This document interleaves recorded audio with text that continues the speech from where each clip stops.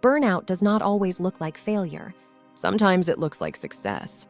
A full calendar, a growing business, a person everyone thinks is handling it, someone who keeps showing up, keeps answering messages, keeps saying yes, keeps pushing through. From the outside, it can look like discipline. But inside, something starts to change. You are tired, but sleep does not fix it. You are busy, but less effective. You are surrounded by people, but feel disconnected. You used to care, but now everything feels heavier than it should. That is the part of burnout that can be easy to miss. It does not usually arrive all at once. It builds slowly, and by the time many people recognize it, they are not just stressed anymore. They are depleted. The difference matters. This video is for educational and reflective purposes only. It is not medical advice, mental health treatment, or a substitute for speaking with a qualified professional. If stress, burnout, anxiety, depression, or exhaustion are affecting your daily life, consider reaching out to a licensed healthcare or mental health provider. Stress and burnout are not the same thing, and understanding the difference can help you recognize the warning signs before exhaustion becomes your normal state. Stress is often the feeling of too much, too many demands, too many decisions, too many responsibilities, too much pressure with not enough room to recover. When you are stressed, your system is activated. Your thoughts may race. Your body may feel tense. You may feel overwhelmed, irritable, restless, or unable to fully relax. But often with stress, there is still some sense of engagement. You may feel strained, but you are still trying. You may feel overloaded, but some part of you still believes that if you can just get through the next deadline, the next week, the next project, things might calm down. Burnout is different. Burnout is not just too much. Burnout is too little energy, too little motivation, too little emotional capacity, too little belief that your effort is making a difference. The World Health Organization describes burnout as an occupational phenomenon that comes from chronic workplace stress that has not been successfully managed.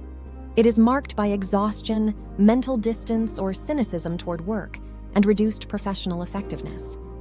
In everyday language, burnout is what happens when pressure keeps taking withdrawals from your system, but nothing is making deposits back in. At first, stress may push you into overdrive. You work later. You answer one more email. You skip the walk. You cancel the dinner. You tell yourself rest can wait. And for a while, that may seem to work. You get things done. You meet the deadline. You keep the business moving. You keep the family functioning. You keep being the person everyone relies on. But the cost starts to build. The first stage is pressure. This is the normal stress stage. Life is demanding, but you are still connected to what you are doing. You may be tired, but there is still a sense of purpose. You still feel like yourself. The second stage is overdrive. This is where stress becomes a lifestyle. You begin borrowing from your future self.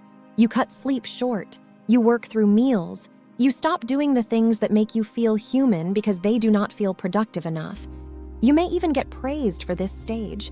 People may call you committed, driven, resilient, or strong. But resilience is not the same as ignoring your limits. The third stage is chronic stress. Now your body and mind are not just responding to a stressful moment. They are living inside a stress pattern. You may notice racing thoughts at night. You may wake up tired. Small problems may feel bigger than they are. You may become more impatient, more reactive, or more withdrawn. Physical symptoms can show up too. Headaches, tight muscles, digestive issues, disrupted sleep, or getting sick more often. Chronic stress can affect the body, mental well-being, relationships, and work performance. The fourth stage is depletion. This is where the warning signs become harder to dismiss. A weekend off does not reset you. A good night of sleep helps a little, but not enough. You may dread the start of the day before anything has even happened. Things you used to care about may feel pointless. You may feel disconnected from work, from people, or even from yourself. This is where many people start asking, "What is wrong with me?"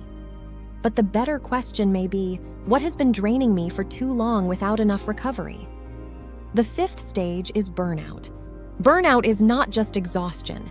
It is exhaustion plus disconnection, exhaustion plus cynicism, exhaustion plus the feeling that you are no longer effective no matter how hard you try. You may begin to think negatively in a way that feels permanent. This will never change. Everything is too much. I am failing. There is no point trying. The American Psychiatric Association describes this as a loss of agency, that sense that you are still in the driver's seat of your own life. And that loss of agency is one reason burnout can feel so frightening.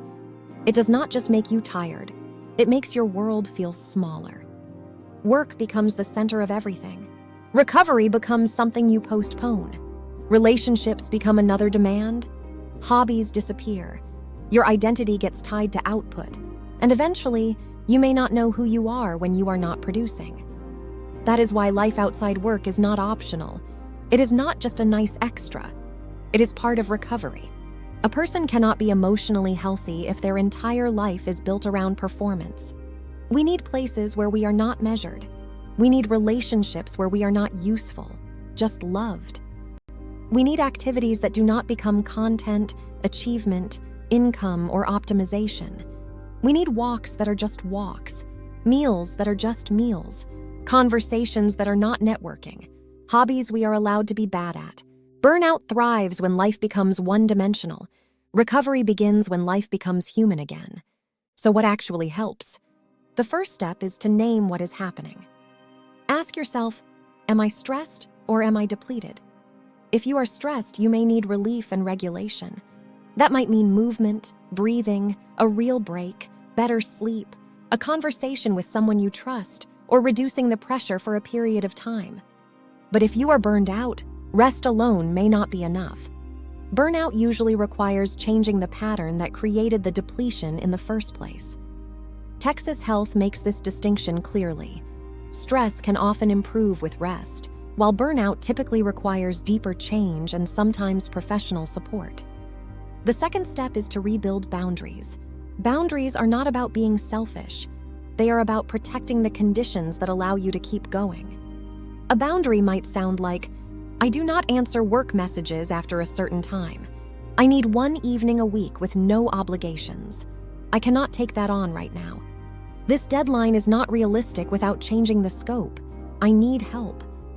For some people, the hardest boundary is not with other people. It is with the part of themselves that believes rest has to be earned. The third step is to restore the basics: sleep, food, movement, sunlight, hydration, time away from screens. These sound simple, but they are not small. When you are burned out, your system does not need a complete life makeover on day one. It needs signals of safety and consistency. Mayo Clinic recommends support, relaxing activities, physical activity, sleep, and mindfulness as part of handling job burnout. The fourth step is to reconnect with people. Burnout often makes people isolate. You may withdraw because you are tired. You may feel like you have nothing to give. You may not want to explain what is happening. But isolation can make burnout worse. You do not need to tell everyone everything, but one honest conversation can be a turning point. It might be with a friend, a partner, a doctor, a therapist, a mentor, or someone who can help you see the situation more clearly. If your symptoms feel persistent, overwhelming, or like they are touching every part of your life, it is worth talking to a healthcare or mental health professional. Burnout can overlap with depression and other health conditions, and professional support can help you sort out what is really going on. The fifth step is to rebuild life outside work. Not someday, now. Start small. Choose one thing that has nothing to do with productivity. A walk without a podcast. A meal with someone you care about. A hobby you do not monetize. A quiet morning routine. A weekly activity that reminds you that you are more than your responsibilities. This is not laziness. This is identity repair. Because when people burn out, they often do not just lose energy. They lose access to the parts of themselves that existed before the pressure took over. The goal is not to escape responsibility. The goal is to build a life that can hold responsibility without being consumed by it. That may mean changing your workload. It may mean asking for support. It may mean having a hard conversation. It may mean making health non-negotiable. It may mean redefining success, because success that costs you your health, your relationships, and your sense of self is not sustainable success. Burnout is not a personal failure. It is a signal that something has been out of balance for too long, a signal that recovery cannot keep being postponed, a signal that your life needs more than output. You are not a machine. You are a person. And people need recovery. People need connection. People need meaning. People need a life outside what they produce. So today, ask yourself one question. What is one part of my life I can reclaim before burnout makes the decision for me? Not a dramatic overhaul. One part, one boundary, one honest conversation, one evening offline, one walk, one appointment, one step back toward yourself. Burnout does not always look like failure, but recovery does not have to wait for collapse. Sometimes resilience begins with the quiet decision to stop abandoning yourself. If what we talked about today feels familiar or overwhelming, please consider talking with a qualified healthcare or mental health professional. You do not have to figure it out alone. If this video was helpful, consider subscribing to the Resilience Project for more stories and practical reflections on mindset, recovery, and resilience. And if you feel comfortable, share your story in the comments. It might help someone else feel less alone.